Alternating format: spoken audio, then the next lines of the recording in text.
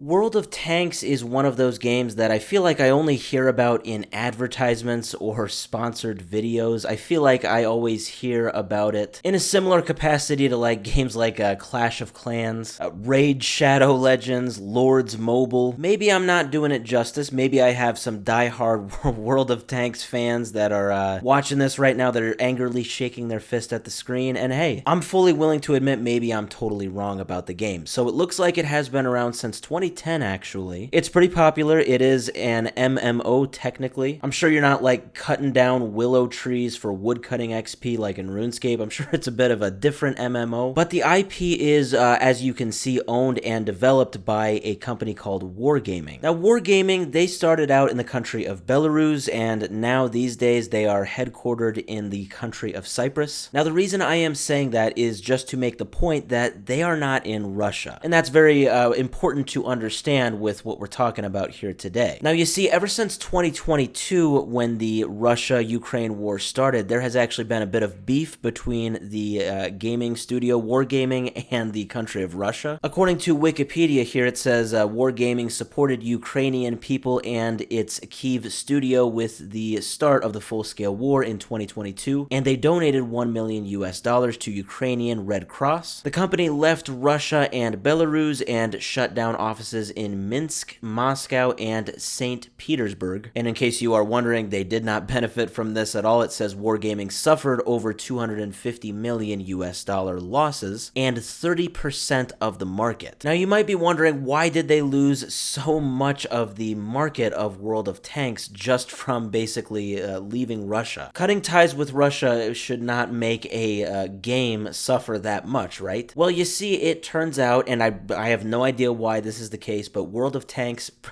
has a huge following in Russia. In fact, about a year after the game was out, there were simultaneously over 74,000 people in the Russian server of World of Tanks, and they it looks like actually won a world record for this. And later that year, in May of 2011, the total number of registrations from World of Tanks had reached 3 million people, and the thing is, 2 million of those 3 million players were from Russia. Yeah, I don't really know why, but the Russians, it would seem, are very crazy about their World of Tanks. Like if you were playing the game Desert Island with them, you know, pick the 3 items that you would bring to an island with you for the rest of your life. I mean, a lot of them would probably choose World of Tanks over like a hatchet. So that is all to make the point that, yeah, when Wargaming decided to cut ties with Russia and its servers 3 years ago for World of Tanks, that was a very big deal. And, well, now we're at 3 years later, and it turns out that the Russian government actually wants the World of Tanks IP all for themselves, but it's kind of more complicated than that. Because I can confidently tell you that they are not actually going to get the World of Tanks IP as we know it here in the US, Europe, Mexico, China, Canada, really anywhere outside of Russia. They want to get their hands on the Russian version of it. So you see, in 2022, when Wargaming cut their ties with Russia, they actually basically gave a World of Tanks version to a Russian company called Lesta Studio. So ever since 2022, Lesta has actually been owning and operating the World of Tanks Russian version. Looking a bit further, it looks like there's actually 2 versions of it, World of Tanks Rush and World of Tanks Blitz. But yes, that is all the basically the unofficial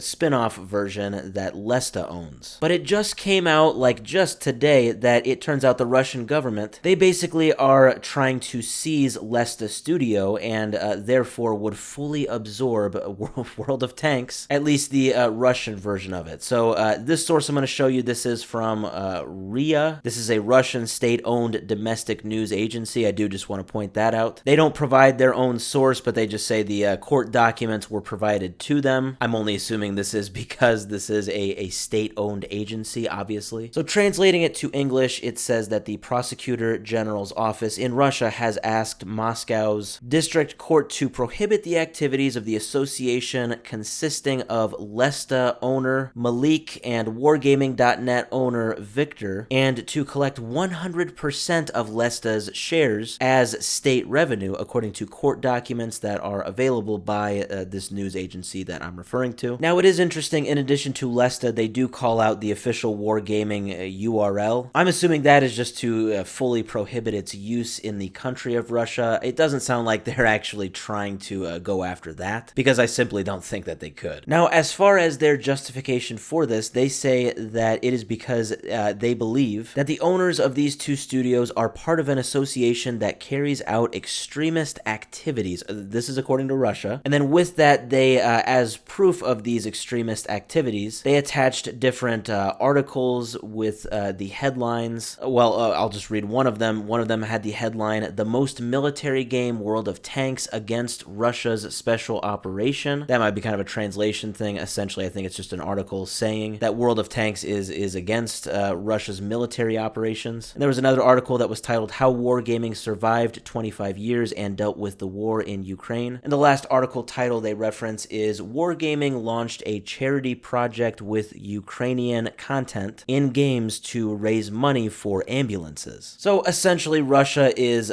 considering the support of Ukraine extremist activity. I know that might seem kind of funny, and yeah, it is, but, you know, that's kind of the norm in Russia these days. You know, they consider that type of activity to be quite anti-government. So that's kind of what's going on. Now, I just have to say, if Russia does end up seizing Lesta Studio, which I feel like they probably will, I mean, just in my own opinion, I'm sure that they kind of, they have the power to do whatever they want in their own country. If they do, then, you know, it's important to keep in mind, obviously, they won't own World of Tanks as we know it, but they will own the Russian spin-off version. Now, the way that this could affect the Russian spin-off version, you know, this could be kind of interesting, because I'm sure that, you know, it's a possibility that there could be like a propaganda added to that game, and it might even lose features that the global version has. I don't really know. Basically, I'm sure they would really censor it in certain ways that would be beneficial to the government that Russia has. I am sure over time, World of Tanks as we know it and World of Tanks just in Russia will just grow further and further apart.